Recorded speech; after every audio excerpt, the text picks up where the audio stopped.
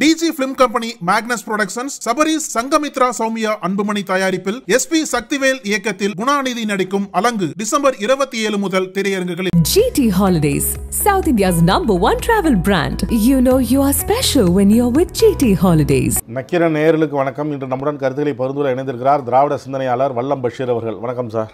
வணக்கம். அண்ணா பல்கலைக்கழகத்தில் மாணவி சீரழிக்கப்பட்ட சம்பவம் தமிழக அரசியலில் பெரும் பரபரப்பை ஏற்படுத்தியிருக்கு. எதிர்கட்சிகள்லாம் கடுமையான ஆர்ப்பாட்டம் பண்ணியிருக்கிறாங்க.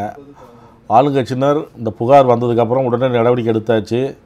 என்ன சட்ட நடவடிக்கையோ அந்த சட்ட நடவடிக்கையே சரியாக போயிட்டுருக்கு, விசாரணை நடந்துகிட்ருக்கு அப்படிங்கிறாங்க. சமூக விரோதிகளின் கூடாரம் திமுக அப்படிங்கிறாரு எடப்பாடி பழனிசாமி. பாரதிய ஜனதா, தமிழிசை உட்பட பலர் ஆர்ப்பாட்டம் நடத்தினாங்க, கைதானாங்க. பாஜக மாநில தலைவர் இந்த மாதிரி ஒரு சம்பவம், கேவலமான சம்பவம், இது ஜீரணிக்கவே முடியல, கொதிக்குது அப்படிங்கிறாரு. நேற்று செய்தியாளர் சந்திப்பில் பொறுத்துக்கொள்ளவே முடியல, எஃப்ஐஆர் வெளியானது இது எல்லாமே பார்த்தா இதெல்லாம் நியாயமா அப்படின்லாம் துப்புறாரு. சாட்டையால் அடிச்சுக்கிறேன் நான் இந்த செயலுக்கு அப்படிங்கிறார். அதன்படி இன்னைக்கு சொன்னபடி அவர் சாட்டையால் அடிச்சுக்கிட்டாரு. அடிச்சுட்டும் சொல்கிறாரு இந்த போராட்டம் வருங்காலங்களில் தீவிரமாக இருக்கும் அப்படின்லாம் சொல்கிறாரு. அரசியலில் ஒரு மிகப்பெரிய ஜோக்கராக மாறி போயிருக்கிறார் என்பதை இன்றைய சம்பவம் உணர்த்துகிறது. அவர் வருகிற போது ஏதோ பெரிய IPS அதிகாரி ஒருவர் வந்திருக்கிறார், அவர் மற்றவர்களைப் போல அல்ல, பாரதிய ஜனதா கட்சியினுடைய முகவரியாக இருக்க போகிறார் என்றெல்லாம் மிகப்பெரிய அளவுல ஒரு பில்டப்பை கொடுத்துத்தான் அவரை அரசியல் களத்துக்கு அழைத்து வந்தார்கள். ஆனால் அவர் வந்ததற்கு பிறகு நாளுக்கு நாள் அவருடைய நாடகங்கள் அரங்கேறுகிற போது மக்களுக்கு ஒரு மிகப்பெரிய மகிழ்ச்சி உணர்வை அது ஏற்படுத்தியது. ஒரு நகைச்சுவை நடிகர் ஏற்படுத்துகிற மகிழ்ச்சியை விட கூடுதலான மகிழ்ச்சியை அன்றாடம் அவர் ஏற்படுத்தி கொண்டே இருந்தார். இன்றைய நிகழ்வு உண்மையிலேயே இந்த அண்ணா பல்கலைக்கழகத்து மாணவர் மீது ஏவப்பட்டிருக்கின்ற அந்த பாலியல் வன்முறை இருக்குல்ல, அதை திசை திருப்புகிற வகையில் அரசுக்கு துணை போகிற விதத்தில் செயல்பட்டிருக்கிறார் அண்ணாமலை என்றுதான் நாம் பார்க்க வேண்டியிருக்கிறது. திமுக அரசுக்கு ஒரு பின்னடைவு என்று கருதப்பட்ட நேரத்தில் அந்த பின்னடைவை சரி செய்து மக்களை திசை திருப்புகிற வேலையை இன்றைக்கு அவர் செய்து முடித்திருக்கிறார். அரசுக்கு ஒரு வகையில் துணையாகவே அந்த விஷயம் முடிந்திருக்கிறது என்றுதான் பார்க்க வேண்டியிருக்கிறது. பாலியல் ரீதியிலான துன்புறுத்தல்கள் நடைபெறுவதை இரும்பு கரம் கொண்டு ஒடுக்கப்பட வேண்டும் என்பதில் யாருக்கும் இருவேறு கருத்தில்லை. ஆனால் கடந்த காலத்திலிருந்து இப்போது நேற்றைய சம்பவம் வரை இந்த பிரச்சனைகளை அரசுகளும் தலைவர்களும் எப்படி அணுகி இருக்கிறார்கள் என்பதை நாம் பார்க்க வேண்டியிருக்கு. அண்ணா என்னை விட்டுருங்க, நான் போதும் நான் சொல்லி கேட்ட அந்த அழுகுரல் இருக்குல்ல, தமிழ்நாட்டினுடைய மனசாட்சியை உலுக்கிய அந்த குரல், அந்த குரலுக்கு எத்தனை நாட்கள் கழித்து நடவடிக்கை மேற்கொள்ளப்பட்டன? இப்போது வரை யார் உண்மையான குற்றவாளி என்பதை கண்டறிந்திருக்கிறதா காவல்துறை? இதற்கிடையில் பொள்ளாச்சி ஜெயராமனுடைய உதவியாளர், அவருக்கு உறவினர், இவர்களெல்லாம் நேரடியாக சம்பந்தப்பட்டிருக்கிறார்கள் என்று சொன்னதற்கு பிறகும் ஏறக்குறைய 3 மாத காலம், எனக்கு நல்ல நினைவு இருக்கு சார், நக்கீரன் தான் சார் அந்த செய்தியை முதலில் வெளியிட்டு அதை மிகப்பெரிய அளவில் பேசு பொருள் ஆக்கியது. நக்கீரன் செய்தி வெளியிடலன்னா அந்த சம்பவமே வெளி உலகத்துக்கே வந்திருக்காது. 3 மாத காலம் தொடர்ந்து அது குறித்த செய்திகளை மக்களுக்கு எடுத்து வந்தது நக்கீரன். அதன் பிறகும் நடவடிக்கை முழுமையாக எடுக்கப்பட்டதா? கடந்த காலத்தில் எடப்பாடி பழனிசாமி முதலமைச்சராக இருந்த போது நடந்த அலங்கோலம். ஒரு மாணவி இல்ல சார், எத்தனையோ நூற்றுக்கணக்கான இளம் பெண்களினுடைய காணொளி காட்சிகள் அந்த செல்போன்கள்ல கைப்பற்றப்பட்டதுன்னு சொன்னாங்க. நடவடிக்கை மேற்கொள்ளப்பட்டதா? ஆனா இன்னைக்கு எடப்பாடி பழனிசாமி என்ன சொல்றாரு? இந்த கூடாரம் எப்படிப்பட்ட கூடாரம் என்று விமர்சிக்கிறார். உங்களுடைய கூடாரம் எப்படிப்பட்ட கூடாரமாக இருந்தது என்பதை எடப்பாடி பழனிசாமி மறந்து விட்டு பேசுகிறார். வருவோமே, பெண்களுக்கு எதிரான வன்முறைகளை கண்டு கொதித்தெழுகிற மனிதர் காரி உமிழ்கிறார். இன்னொன்று அவர் என்ன சொல்கிறார்? இப்படிப்பட்ட சம்பவங்கள் எல்லாம் அரங்கேறவே கூடாது சார், வெளி உலகத்துல இப்படிப்பட்ட சம்பவங்கள் அரங்கேறக்கூடாதுன்னு கொதித்தெழுகிற நீங்கள், மணிப்பூரில் ஒரு இளம் பெண் ஆடை களையப்பட்டு நிர்வாணமாக வீதிகளில் வந்தா சார், இன்றைக்கு வரை அதற்கான நீதி கிடைக்கவே இல்லை. ஆனா இங்க ஒரு சம்பவம் நடைபெற்று 3வது மணி நேரத்தில் காவல்துறை கைது செய்திருக்கிறது. 3 மணி நேரம் தான், ரொம்ப காலம்லாம் அவகாசம் எடுத்துக்கல, 2 நாள் 3 நாள் கூட அவகாசம் எடுக்கல. 3 மணி நேரத்தில் குற்றவாளி கைது செய்யப்பட்டிருக்கிறார். FIR போட்டாச்சு, வழக்கு விசாரணை துவங்கிருச்சு, முறையாக அரசு செயல்பட்டிருக்கு. ஆனா மணிப்பூர் விவகாரத்துல எப்படி செயல்பட்டது அரசு? இந்த அரசே கலவரக்காரர்களுக்கு துணை நின்றது. அதனால்தான் ஆயுதங்களை வைத்திருக்கக்கூடிய காவல்துறைக்கு சொந்தமான ஆயுத கிடங்குக்கு தீ வைத்தார்கள் கலவரக்காரர்கள். காவல்துறையினுடைய உதவி, ராணுவத்தினுடைய உதவி இல்லாம செய்ய முடியுமா? அந்த தீ வைத்த சம்பவத்துல 4 பெண்கள் தீயில் சிக்கி உயிரிழந்து போனாங்க சார். மணிப்பூர்ல எத்தனை முறை நீங்கள் சாட்டையால் அடித்துக் கொண்டீர்கள்? ஹதராஸ் சம்பவம் நினைவு இருக்கா? உத்தரப்பிரதேசத்தில் யாருடைய ஆட்சி? அங்க ஒரு தலித் மாணவி எந்த அளவுக்கு மோசமாக பாலியல் வன்புணர்வு செய்யப்பட்டாருங்கிற செய்தி எல்லாம் வந்து சேர்ந்தது தானே. எத்தனை முறை சாட்டையால் நீங்கள் அடித்துக் கொண்டீர்கள்?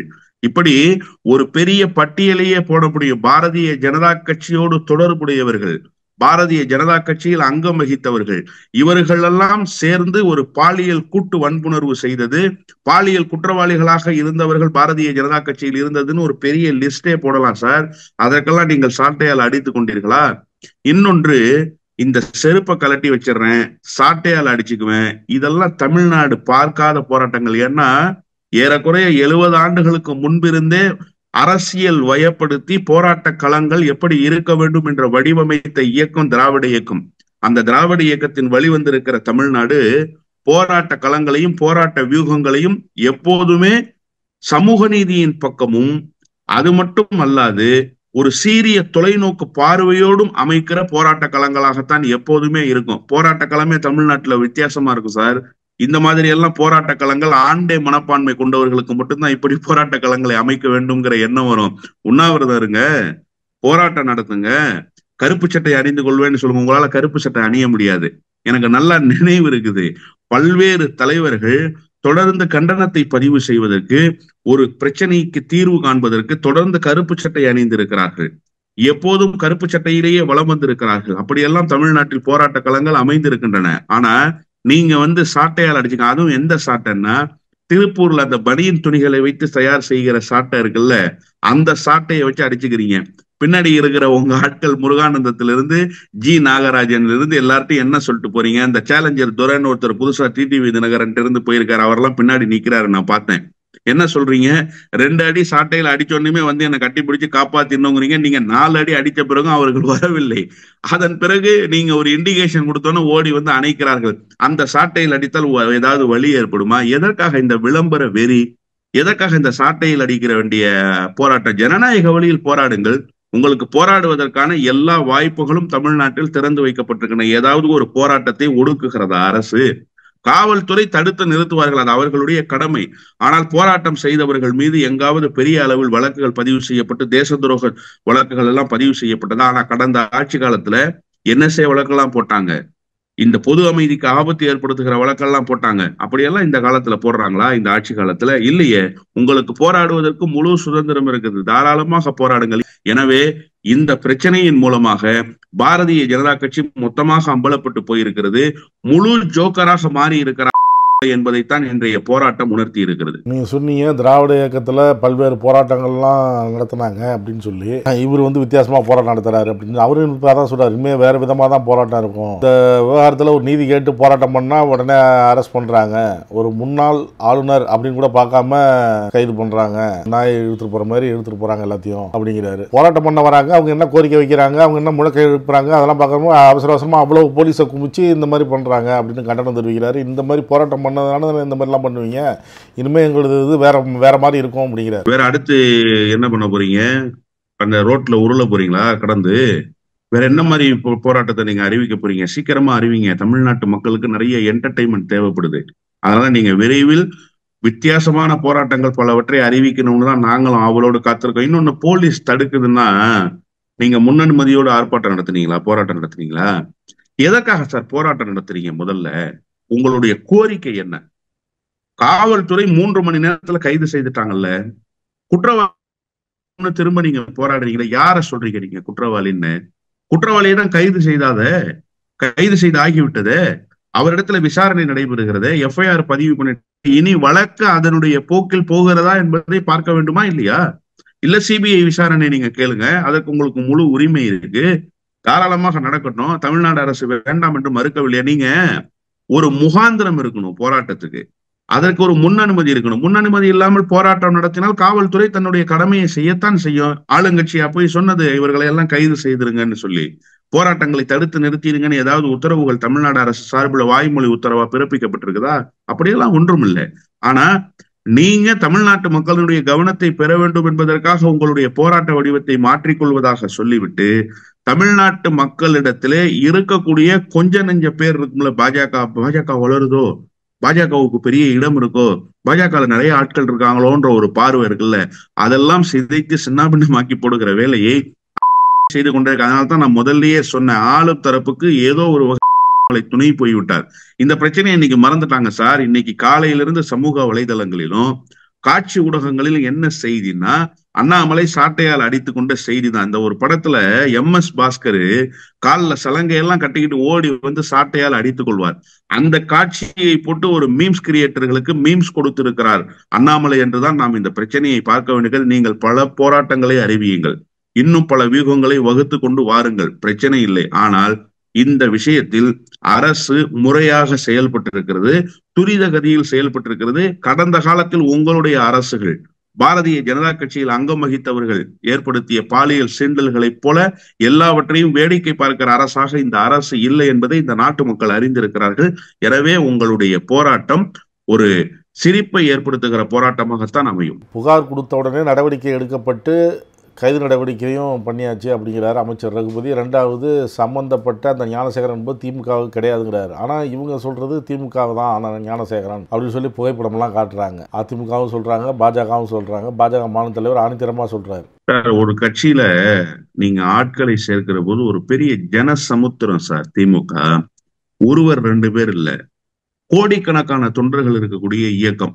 இந்த குற்றம் சாட்டப்பட்டிருக்கிற குற்றவாளி இருக்கான்ல, இவ்வளவு பெரிய மாபாதக செயலை செய்திருக்கிறான், அவன் திமுகவினுடைய உறுப்பினராக கூட இருந்திருக்கலாம். நான் இல்லைன்னு மறுக்க மாட்டேன், அது தெரியாது.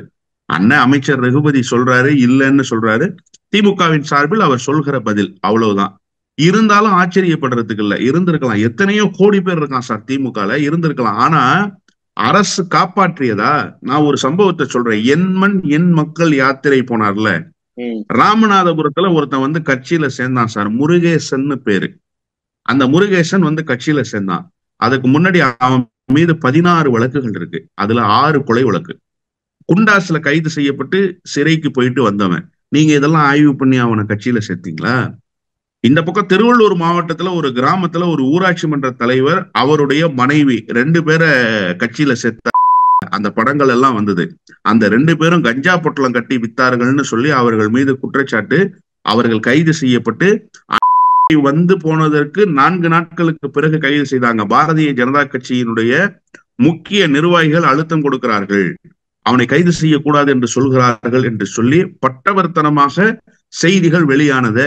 அப்ப நீங்க செய்தது மாதிரி ஏதாவது ஒரு அழுத்தத்தை ஆளும் தரப்பு கொடுத்துருச்சா?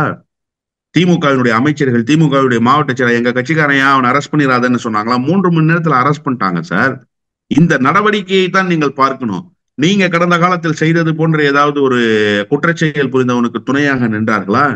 கைது செய்யக்கூடாதுன்னு சொல்லி தடுத்து நிறுத்தினார்களா? ஆனா நீங்க அப்படி செய்யலையே.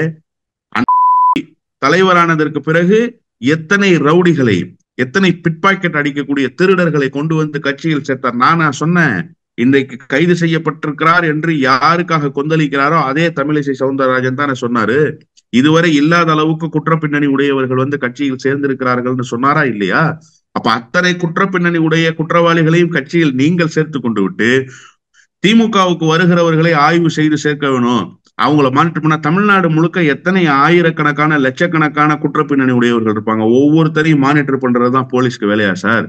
பிரச்சனை என்று வருகிற போது அவர்களை ஒரு வளையத்துக்குள் கொண்டு வந்து அவர்கள் என்ன செய்கிறார்கள் என்பதை பார்ப்பார்கள், முறையான நடவடிக்கையை மேற்கொள்வார்கள். அதனால் இதெல்லாம் வந்து அரசியலுக்காக பேசுகிற பேச்சு தான். நீங்க குற்றத்தை எப்படி ஒரு அரசு, காவல்துறை தடுத்து இருக்கிறது என்றுதான் நீங்க பார்க்கணும். கடைசியாக ஒரே ஒரு செய்தியை மட்டும் நான் சொல்றேன். குற்றச்சாட்டு வைக்கிறார்ல, குற்ற பின்னணி உடையவர்களை எல்லாம் நீங்க ஏன் வந்து வாட்ச் பண்ணலன்னு சொல்லி. அரசு இதற்கு வேறு பல வியூகங்களை வகுத்து குற்ற பின்னணி உடையவர்கள் பல குற்றங்களை மேலும் செய்யாமல் தடுத்து நிறுத்தி இருக்கு சார்.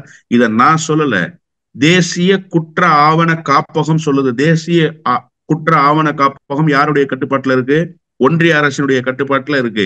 பெண்களுக்கு எதிரான பாலியல் குற்றவாளிகள் இருக்கிறாங்கல்ல, பாலியல் குற்றங்கள் நிகழ்த்தப்படுது இல்ல, அது ஒரு சராசரி என்ன சொல்லுதுன்னு கேட்டா 1,00,000 என்பது பதிவு செய்யப்பட்டால் 65,000 பெண்களுக்கு எதிரான பாலியல் குற்றச்சாட்டுகளாக இருக்குன்னு சொல்லுது. அந்த 65,000 சராசரியில எவ்வளவு வழக்குகள் தெரியுமா பதிவு செய்யப்படுது? இந்தியா முழுமைக்கும் ஏறக்குறைய 48,000 வழக்குகள் பதிவு செய்யப்படுது. அந்த 48,000 வழக்குகள்ல தமிழ்நாட்டுல பதிவு செய்யப்பட்ட வழக்கு எவ்வளவு தெரியுமா? வெறும் 24 தான். வெறும் 24 வழக்கு தான் சார் பாலியல் ரீதியான குற்றச்சாட்டு சொல்லப்பட்டிருக்கிற வழக்குகள் பதிவு செய்யப்பட்டிருக்கு. அப்ப இந்த அளவுக்கு கட்டுப்படுத்தி இருக்குது இந்த அரசு. இது மட்டுமா? இன்னும் ஒரு செய்தியை சொல்றேன். பாலியல் வழக்குல தேசிய பதிவேடு இருக்குல்ல, வெறும் பாலியலுக்காகவே தொடரப்படுகிற வழக்குல தேசிய பதிவேடு இருக்குல்ல, அதோடைய சராசரி 4.6 விழுக்காடு இருந்தா ஒரு மாநிலத்தில் பாலியல் குற்றச்சாட்டுகள் தடுக்கப்பட்டிருக்கின்றன, பாலியல் குற்றங்கள் தடுக்கப்பட்டிருக்கின்றன அறிக்கை சொல்லுது. ஆனா தமிழ்நாட்டினுடைய பதிவு எவ்வளவு தெரியுமா? 0.7% தான். 4.6% இருக்கலாம்னு ஸ்கேலே நிர்ணயிச்சிருக்கிறாங்க. ஆனா தமிழ்நாடு 0.7% மட்டுமே பதிவு செய்து கடைசி இடத்துல இருக்கு. முதல் இடத்துல இருக்கிற மாநிலம் எந்த மாநிலம்னு சொல்லவா? உத்தரப்பிரதேசம். 2வது இடத்துல இருக்கிற மாநிலம் எந்த மாநிலம் தெரியுமா? குஜராத். குஜராத்ல எவ்வளவு தெரியுமா பதிவாயிருக்கு? 6.9 விழுக்காடு குற்றங்கள் பதிவாயிருக்கு. இந்த மாநிலங்கள் எல்லாம் நடக்கிற பாலியல் குற்றச்சாட்டுகளுக்கு எதிராக சாட்டை எடுத்து அடிச்சுக்குவீங்களா? இப்படி சண்டமாறுதம் செய்வீங்களா? பல்வேறு வியூகங்களை அமைச்சு போராட்டங்களை அமைப்பீங்களா? ஏன் தமிழ்நாட்டில் நடந்தால் மட்டும்தான் அது குறித்து நீங்கள் பேசுவீர்களா? தமிழ்நாட்டில் நடந்தால் மட்டும்தான் அதை பேசு பொருளாக்குவீர்களா? வேறு இடங்களில் நடந்தால் அதை பேசு பொருளாக்க மாட்டீங்களா? இன்னொன்றை நான் ரொம்ப எளிமையா கேட்கிறேன். பெண்களுக்காக கதறி துடிக்கிறவர் தானே அண்ணாமலை. ஒரு வீடியோ ஒண்ணு வெளியாச்சுல்ல, சசிகலா புஷ்பான்னு அந்த கட்சியில ஒரு நிர்வாகி இருக்கிறாங்க, அதிமுகவுல இருந்து போனவங்க, ராஜ்யசபா உறுப்பினர். உங்க கட்சிக்காரர் எப்படி சார் உரசுனாரு? அவர் மீது நடவடிக்கை எடுத்துட்டீங்களா சார்? என்ன தெரியுமா நீங்க பண்ணீங்க? அவரை திருவள்ளூர் தொகுதிக்கு கேண்டிடேட்டா போட்டீங்க. சசிகலா புஷ்பாவை பாலியல் ரீதியாக யார் அணுகினாரோ அந்த வீடியோ மக்களிடம் போய் சேர்ந்ததற்கு பிறகு அவரை நீங்க கட்சியை விட்டு எடுக்கல, மாறா அவரை திருவள்ளூர்ல கேண்டிடேட்டா போட்டீங்க. இதுதான் உங்க லட்சணம். நீங்க பாலியலுக்கு எதிராக பொங்கல் இருக்குல்ல, அது எப்படிப்பட்ட நாட்டு மக்கள் நன்றாகவே அறிந்து வைத்திருக்கிறார். நாங்களும் தவறு செஞ்சிருக்கலாம், தெரிஞ்சோ தெரியாமலோ, எங்களுக்கும் இது ஒரு பாடமாக இருக்கட்டும் அப்படின்னு தானே அவர் சொல்றாரு. தெரிஞ்சோ தெரியாமலோ தவறு செய்திருக்கலாம் என்பது வேறு, எங்களிடத்துல தவறு நடந்திருக்கிறது என்று சொல்வது வேறு. ரெண்டுக்கும் வேறுபாடு இருக்கு. அது எப்படி தெரிஞ்சோ தெரியாம? இப்ப சசிகலா புஷ்பா உங்க திருவள்ளூர் கேண்டிடேட் போய் உரசினாரு, அது தெரிஞ்சோ தெரியாமலோ நடந்ததா? டெய்சி குறித்து ஆபாச மொழியில் பேசிய வார்த்தைகள் எல்லாம் தெரிஞ்சோ தெரியாமலோ நடந்ததா? அதை விடுங்க சார். அந்த அம்மா டெய்சி பேசின பேச்சு இருக்குல்ல, கேசவ விநாயகம் ஒட்டு துணி இல்லாமல் பெண்கள் நின்றாலும் அவருடைய இத விரதத்தை யாராலும் முறிக்க முடியாது, அந்த அளவுக்கு உத்தம சீலர். இப்படிப்பட்ட வார்த்தைகளை எல்லாம் சொன்ன அந்த கேசவ விநாயகம் பல்வேறு அத்துமீறல்களில் ஈடுபட்டிருக்கிறாருன்னு சொன்னாங்கல்ல, என்ன நடவடிக்கை எடுத்தீங்க? இன்னொன்னு நான் கேட்கிறேன், இவரே ஒரு ஸ்டிங் ஆபரேஷன் நடத்தினார்ல கேடி ராகவனுக்கு, வீடியோ எல்லாம் வெளியாச்சுல்ல. கேடி ராகவன் எதிர்தரப்புல இருப்பவரோடு பாலியல் ரீதியாக ஒரு அணுகுமுறையை கையில் எடுத்திருந்தார் தானே. கேடி ராகவனை எந்த கைது செய்ய சொல்லி நீங்க சாட்டையால சார் அடிச்சுக்கிட்டீங்க? ஏன் சார் அடிக்கல? கேடி ராகவன் எதிர்தரப்புல யாரோ ஒருத்தட்ட வீடியோ கால்ல பேசினார்ல சார், பாலியல் ரீதியாகத்தானே சார் பேசினாரு. அவர் பேசிய துணியெல்லாம் நம்ம பார்த்தோம்ல சார். ஏன் சார் நடவடிக்கை எடுக்க சொல்லி நீங்க சொல்லல? அப்ப நடவடிக்கை எடுக்க சொல்லி இருந்திருக்கணும்ல. இன்னைக்கு வரைக்கும் கேடி ராகவன் மீது வழக்கு பதிவு செய்யப்பட்டுச்சா? இன்னைக்கு வரைக்கும் கேடி ராகவன் கைது செய்யப்பட்டாரா? இப்படி உங்க கட்சிக்குள்ளேயே 1000 பாலியல் குற்றச்சாட்டுகளும் குற்றச்சாட்டு சொல்லப்பட்டிருக்கிற குற்ற பின்னணி உடையவர்களும் இருக்கிறார்கள். அவர்கள் மீதெல்லாம் எந்த நடவடிக்கையும் இல்லை. தெரிஞ்சோ தெரியாமலோ நாங்களே செய்திருந்தாலும் என்று இன்றைக்கு பேசுவது அரசியல் லாப நஷ்ட கணக்குகளை கணக்கில் கொண்டு பேசுகிற பேச்சாகத்தான் கருதப்படுமே தவிர, உண்மையிலேயே பெண்கள் மீதும் பெண்களுக்கு எதிரான அடக்குமுறை ஒடுக்குமுறைகள் மீதும் நீங்கள் காட்டுகிற கரிசனம் இருக்குல்ல, அது முதலை கண்ணீராகத்தான் தமிழ்நாட்டு மக்கள் பார்க்கிறார்கள் என்பதுதான் யதார்த்தமான உண்மை. தேசிய கட்சியின் மாநில தலைவர் பெண்களுக்கு பாதுகாப்பு வேணும், பெண்களுக்கு இது போன்ற சம்பவம் நடக்கக்கூடாது, நடந்திருந்தால் அவங்களுக்கு சரியான தண்டனை கொடுக்கப்படணும் அப்படின்னு சொல்லி இது போன்ற செயல்களை செய்யும் பொழுது இப்போ நீங்கள் ஜோக்கராக பார்க்குறேன்னு சொல்கிறீங்க. மற்ற கட்சி தலைவர்களும் இது போன்ற கருத்துக்களை தெரிவிக்கிறாங்க. இப்படி இருக்கும் பொழுது அவங்க கட்சிக்காரங்க அதை எப்படி நினைப்பாங்க? பாரதிய ஜனதாவிலே மூத்த தலைவர்கள் இங்கே தமிழ்நாட்டிலே இருக்கிறாங்க. பாரதிய ஜனதா கட்சியின் சார்பில் எந்த வரவேற்பும் இல்லை என்பதை நேற்றிலிருந்து நீங்கள் பார்த்திருக்க கூடும். தமிழ்நாட்டுல இல்லாத போது பாஜகவுல தலைமை பொறுப்புல இருந்த ஒரு 4-5 பேர் இருக்கிறாங்கல்ல, SR சேகர் உட்பட, அண்ணன் H ராஜா உட்பட சிலர்லாம் இருக்கிறாங்கல்ல, அவங்களுடைய குரல்லாம் நேற்றிலிருந்து தென்படவே இல்லை. அவங்க எல்லாம் வீட்டுக்குள்ள உட்காந்து சிரிச்சுக்கிட்டு இருக்காங்க. ஆஹா வசமா சிக்கிட்டாண்டா செம்ம ஜோக்கர் ஆயிட்டாண்டான்னு சொல்லி வீட்டுக்குள் உட்கார்ந்து கொண்டு சிரிக்கிற காட்சிகள் தமிழ்நாட்டில் தென்படுகின்றன. ஏன் இதை நான் சொல்றேன்னா, எல்லாவற்றுக்கும் கருத்து சொல்கிற ஹெச் ராஜா இதற்கும் வந்து கருத்து சொல்லி இருக்க வேண்டுமா இல்லையா? என்ன சொல்லி இருக்கணும்? வழக்கமா பேசுவார்ல, எப்படி அவர் பேசுகிற துணி என்பது நமக்கு தெரியும் தானே. அந்த துணியில் அவர் பேசி இருக்கணும், ஆதரவு தெரிவிச்சிருக்கணும் தானே. எந்த ஆதரவும் இல்லை. தமிழ்நாடு முழுமைக்கும் இந்த போராட்டம் ஏதாவது ஒரு சின்ன தாக்கத்தையாவது பாரதிய ஜனதா கட்சியில பொதுமக்கள்கிட்ட ஏற்படுத்தாது சார். ஜோக்கர் ஆகிவிட்டாரு, அதனால பொதுமக்கள்கிட்ட ஏற்படுத்தாது. ஒரு கட்சிக்கு தலைவர் என்கிற அடிப்படையில் அந்த கட்சியினுடைய மாவட்ட கட்டமைப்புக்குள்ள ஏதாவது ஒரு தாக்கத்தை ஏற்படுத்தணும். இன்னைக்கு எத்தனை இடங்கள்ல சொன்னதை போன்ற போராட்டங்கள் பெரிய அளவுல நடந்தது. இந்த இடையில எனக்கு ஒரு நல்ல ஞாபகம் வந்தது நீங்க கேட்டோன்னு.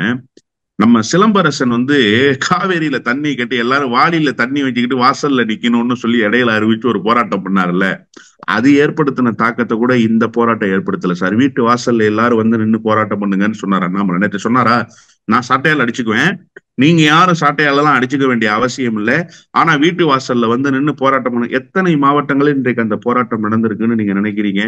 எத்தனை மாவட்ட தலைவர்கள் வீதிக்கு வந்திருக்கிறாங்கன்னு நீங்க நினைக்கிறீங்க? எனவே இந்த போராட்ட அறிவிப்பு தன்னுடைய கட்சிக்குள்ளேயே தன்னுடைய ஆதரவாளர்களுக்குள்ளேயே ஒரு பெரிய தாக்கத்தை ஏற்படுத்தாத போது இது தமிழ்நாட்டில் எந்த மாதிரியான தாக்கத்தை சார்? வழி அனுப்பு விழா நடத்துவதற்கு பாரதிய ஜனதா கட்சி தயாராகிவிட்டது. சமீபத்துல டெல்லி போயிட்டு வந்ததற்கு பிறகுதான் கதறல் சத்தம் அதிகமாகி இருக்கிறது. நீங்க திடீர்னு ஒரு 3 நாளைக்கு முன்னாடி திருவாய்மலர் ஞாபகம் இருக்கா உங்களுக்கு? MP ஜோதிமணியும் நானும் ஒரே குலதெய்வத்தை கும்பிடக்கூடியவர்கள், எனக்கு செந்தில் பாலாஜி பங்காளி. என்னடா அது திடீர் மாற்றம்? செந்தில் பாலாஜியை விடுதலை செய்யக்கூடாது, செந்தில் பாலாஜி வழக்கை இன்னும் இறுக்கமாக்கணும், செந்தில் பாலாஜியை தூக்கி உள்ளார வச்சதே நான் தான், இப்படி எல்லாம் பேசினவர் ஏன் அப்ப தெரியாதா பங்காளின்னு? அப்ப டெல்லிக்கு போயிட்டு வந்ததற்கு பிறகு நிறைய மாற்றங்கள் இடத்திலே தென்படுகின்றன. ஒரு பக்கம் என்ன செய்யறாருன்னா, யார் மீதெல்லாம் தனிப்பட்ட முறையில் விமர்சனங்களை வைத்தாரோ அவர்களோடெல்லாம் உறவு கொண்டாடுவதற்கு தயாராகிறார். அப்படின்னா என்ன அர்த்தம்? பாஜக கை கழுவ போகிறது என்கிற இண்டிகேஷன் கொடுத்திருக்கு. அதனால் வேறு வழி இல்லாமல் தன்னுடைய இருப்பை தக்க வைத்துக் கொள்ள வேண்டும், எதிரிகளை சமாதானம் செய்ய வேண்டும். ஒரு பக்கம் முயற்சி. இன்னொரு பக்கம், நான் இன்னும் திமுகவினுடைய எதிர்ப்பை பலமா தமிழ்நாட்டுல பதிவு செய்துகிட்டே இருக்கேன். என்ன நீங்க பொறுப்புல இருந்து எடுத்துட்டீங்கன்னா பாஜகவுல ஏன் அளவுக்கு திமுக எதிர்ப்பையும் பாஜகவினுடைய வலிமையையும் பதிவு செய்வதற்கு ஆட்கள் இல்லை என்கிற முயற்சியை அவர் கையில் எடுத்திருக்கிற காட்சியை நாம பார்க்கலாம். ஆனா ரெண்டுமே ஃபெயிலியர் ஆயிடுச்சு. நீ பங்காளின்னு சொன்ன அந்த விவேக் ஒரு படத்துல சொல்லுவார், எனக்கு டிஐஜி தெரியும் ஆனா டிஐஜிக்கு என்ன தெரியாது அப்படிங்கிற மாதிரி, செந்தில் பாலாஜி எனக்கு பங்காளி ஆனா செந்தில் பாலாஜிக்கு நான் பங்காளி இல்லைங்கிற கதையாக இவருடைய அறிவிப்பு என்பது மாறி போயிருக்கிறது. இப்ப இந்த போராட்டமும் ஒரு ஜோக்கர் போல் என்ற மனநிலையை உருவாக்கி இருக்கிற காரணத்தால் தன்னை காப்பாற்றிக் கொள்வதற்கு வழி இல்லாமல் தடுமாறி கொண்டிருக்கிறார் என்றுதான் நான் பார்க்கிறேன். பரபரப்பா எல்லாரும் சொல்றது, நேற்று பிரஸ் மீட்ல பேசும்பொழுதே தன்னுடைய ஷூ எடுத்து காட்டிட்டாரு. அதாவது திமுக ஆட்சியை அகற்றும் வரை காலனி அணிய மாட்டேன் அப்படின்னு சொல்லியிருக்கிறாரு. அந்த இடத்துலயே அவர் காட்டிட்டாரு. அந்த நிமிஷத்துலேருந்து அவர் அணியல அப்படிங்கிறாங்க. காலில் செருப்பு அணியாமல் இருந்தவர்கள் செருப்பு அணிய வேண்டும் என்று போராடிய இயக்கம் திராவிட இயக்கம். அதனுடைய நீட்சி தான் இன்றைக்கு திராவிட மாடல் அரசு தமிழ்நாட்டில் ஆட்சி அதிகாரத்தில் இருக்கிறது. ஆனா நீங்க இன்னமும் பழமைவாதத்துக்கே தான் மீண்டும் மீண்டும் போறீங்க. எப்படி சாட்டையால் அடித்துக் கொள்வது பழமைவாதமாக கருதப்படுகிறதோ அதுபோலதான் நான் செருப்பு அணிய மாட்டேன் என்று சொல்வதும். இன்னொன்று, ஒரு செய்தியை நாம் அன்போடு சொல்ல வேண்டியிருக்கிறது நக்கீரன் வாயிலாக. தயவு செய்து செருப்பை போட்டுக்கங்க. ஏன்னா திமுக ஆட்சி அகற்றப்பட போவதில்லை. அப்புறம் நீங்க செருப்பு போடுறதுக்கு இன்னும் பல ஆண்டுகள் தேவைப்படலாம். 2026 வெற்றி வாகை சூடி மகத்தான வெற்றியை பெறப்போகிற அணி திராவிட முன்னேற்ற கழக தலைமையிலான அணிதான். நீங்க எப்ப செருப்பு போடுவீங்க? நீங்க பாட்டுல சபடால் விட்டுட்டு செருப்பை அதுக்கப்புறம் போட்டீங்கன்னா அந்த செருப்பை கலட்டியே மக்கள் உங்களை அடிக்கிற நிலைமைக்கு வந்து விடுவார்கள். ஏன்னா இப்ப நிலைமை அப்படிதான் போயிடுச்சு. நான் ரொம்ப வேகப்பட்டெல்லாம் அந்த வார்த்தையை சொல்லல. செருப்பு போட மாட்டேன்னா எதுக்கு நீ செருப்பை போட்டேன்னு வீதிகளில் வருகிற போது அந்த செருப்பை கொண்டு வீசினால் நீங்கள் அதை எப்படி எதிர்கொள்வீர்கள்? கடந்த காலத்தில் செருப்பு வீசப்பட்ட போராட்டங்கள் எல்லாம் தமிழ்நாட்டில் நடந்திருக்கின்றன. காலணி வீசுகிற போராட்டங்கள் நானே பல நேரங்கள்ல பேசியிருக்கேன். சில பேர் மீதெல்லாம் செருப்பை வீசிடாதீங்க, செருப்புக்கு கேவலமாயிரும்லாம் பேசியிருக்கேன். அதனால மீண்டும் நீங்கள் செருப்பு அணிந்தால் அந்த செருப்பை கொண்டு அந்த எதிர்ப்பை பதிவு செய்கிற நிலைக்கு மக்கள் தள்ளப்படுவார்கள். மிகுந்த சங்கடத்துக்கு ஆளாகி போவீர்கள். எனவே அதை வாபஸ் வாங்கிட்டு செருப்பை இப்பயே போட்டுக்கங்க. இல்லைன்னா இன்னும் 7-8 வருஷம் அவன் செருப்பு. என்ன இருந்தாலும் ஒரு தேசிய கட்சியின் மாநில தலைவர் இந்த மாதிரி ஒரு முடிவு எடுத்திருக்கிறாரு. ஒரு கட்சிக்கும் ஒரு கொள்கை இருக்கும், ஒரு ஸ்டாண்ட் எடுப்பாங்க, அந்த மாதிரி தான் அவர் இந்த சொல்லியிருக்கிறாரு. அதுக்காக நீங்க மக்கள் இந்த மாதிரி அடிப்பாங்கன்னு சொல்றது சரியாது சார். பிரதமர்கள் மீதே செருப்பு வீசப்பட்டிருக்கு சார். இந்த நாட்டில் எதிர்ப்பு இருக்குல்ல, அது காலணியை கொண்டு எதிர்ப்பை பதிவு செய்யணும்னு மக்கள் ஒரு மனநிலைக்கு வந்துட்டாங்கன்னா, பிரதமர் மீதே காலணியை வீசி இருக்கிற வரலாறுகள் தமிழ்நாட்டில் உண்டு. இல்லை என்றெல்லாம் நீங்கள் மறுத்து விட முடியாது. இன்னொன்று, தந்தை பெரியார் மீதே செருப்பு வீசப்பட்டிருக்கீங்க, நீங்க அதையும் பார்க்கணும். அப்ப என்ன, பெரியார் மீதே செருப்பு வீசிட்டாங்கன்னு ஆத்திரப்பட்டாங்க? ஒன்னும் சொல்லல. பெரியார் அந்த செருப்பு எடுத்துட்டு ஒன்ன வச்சு நீ என்னடா செய்ய போற, ஒன்ன வச்சு நான் என்ன செய்ய போறேன், அந்த இன்னொன்னையும் தூக்கி போடுறான்னு சொன்னார் பெரியார். எனவே செருப்பு வீசுகிற போராட்டம் தமிழ்நாட்டில் பல கட்டங்களில் முன்னெடுக்கப்பட்டிருக்க. உச்சபட்ச எதிர்ப்பை வன்முறை இல்லாமல் போராட்டமாக நடத்த வேண்டும் என்று முடிவெடுக்கிற, வன்முறைக்கு எதிராக இயங்கக்கூடியவர்கள் கடைசி கட்டமா தன்னுடைய உச்சபட்ச கோபத்தை வெளிப்படுத்துகிறது செருப்பு கழட்டி வீசுறது தான். அதோட முடிச்சிருவான், அதுக்கப்புறம் ஒண்ணும் பண்ண மாட்டான். அதனால அந்த நிலைக்கு இப்போது வந்து விட்டார். மாநில தலைவர், தேசிய தலைவர் எல்லாம் இல்ல சார். நீங்க என்ன பேசி இருக்கிறீங்க, உங்க கருத்து அதற்கு எதிர்கருத்து, உங்கள் நிலைப்பாடு அதற்கு எதிர் நிலைப்பாடு, அவ்வளவுதான். நீங்க யாரா வேணுமோ இருக்கட்டும். ஏன் மோடிக்கு கருப்பு கொடி காட்டுவோம்னு மோடி செவத்துல தொலை போட்டுக்கிட்டு போனாரு, ஞாபகம் இருக்கா? பிரதமர் தானே, எல்லா அதிகாரங்களையும் கையில் வைத்திருந்தவர் தானே, உலக நாடுகளுக்கு ஆலோசனை சொல்கிறேன் என்று சொல்லி கொண்டிருந்தவர் தானே. ஏன் பயப்படுறாரு? கருப்பு கொடி காட்டுபவர்களை கைது செய்துட்டு வீதியிலேயே போயிருந்திருக்கலாமே, எல்லோரும் போகிற சாலையிலேயே போயிருக்கலாமே, செவத்துல தொலை போட்டுக்கிட்டு உள்ளார போனார் சார். எனவே இவர்கள் எதிர்ப்புகளை சந்திக்கிற மன வலிமை படைத்தவர்கள் அல்ல. அதனால்தான் நான் சொன்னேன், உண்மையிலேயே இப்போது செருப்பு அணிவதை அண்ணா நிறுத்துவதாக அறிவித்திருக்கிறார். அதற்கு ஒரு டெட்லைன் பிக்ஸ் பண்றாரு, திமுக ஆட்சியை அகற்றுவோங்கிறார். அது நடக்காதுங்கிறோம். அந்த சூழல் தமிழ்நாட்டில் கனியவே கனியாது. அதனால் நீங்கள் இந்த முயற்சியை மேற்கொள்ளாதீர்கள். ஏன்னா நலன் கருதிதான் சார் நான் சொல்றேன். ஒருவேளை திமுக ஆட்சியை வீழ்த்த முடியாமல் போய்விட்டால், ஒருவேளை இல்ல 100 விழுக்காடு வீழ்த்த முடியாமல் தான் போகும். நீங்க திரும்ப செருப்பே அணிய முடியாது. அப்ப என்ன செய்வீங்க? செருப்பு அணியாமலே நடப்பீங்களா இன்னொரு 7-8 வருஷத்துக்கு? அப்படி உங்களால நடக்க முடியுமா? அப்ப திடீரென நீங்கள் செருப்பு அணிஞ்சு கொடுக்க, செருப்பு அணிய மாட்டேன்னு சொல்லிட்டு இப்ப ஏன்டா செருப்பு போட்டிருக்கேன்னு சொல்லி செருப்பை கழட்டி வீசிட்டாங்கன்னா என்ன செய்வீங்க? கோபத்தினுடைய வெளிப்பாடு சார். மக்களுடைய உணர்வுகளை நீங்கள் கட்டுப்படுத்த முடியாது. ஒரு 1000 பேர் திரண்டு இருக்கிற இடத்துல 2 பேர் செருப்பு தூக்கி வீசிட்டாங்கன்னா அவமானமா போயிடும்ல. அவமானப்படக்கூடாது என்பதற்காகத்தான் இந்த செய்தியை நான் சொல்கிறேன். கருத்துக்களை பகிர்ந்து கொண்டதற்கு நன்றி சார். நக்கீரன் டிவிக்கு சப்ஸ்கிரைப் செய்யுங்கள். உங்கள் ஆதரவே எங்கள் பலம். ஆசிரியர்களுக்கு நண்பனாகவும் மாணவர்களுக்கு ஆசானாகவும் திகழும் தேர்வு வழிகாட்டி. ஒவ்வொரு பாடத்திற்கும் அனுபவமிக்க ஆசிரியர்களின் துல்லியமான தெளிவான விடைகள். CNC இருக்கு, தேர்வு பயம் எதற்கு? இது தீரன் பப்ளிஷிங் ஹவுஸ் விற்பனை வெளியீடு.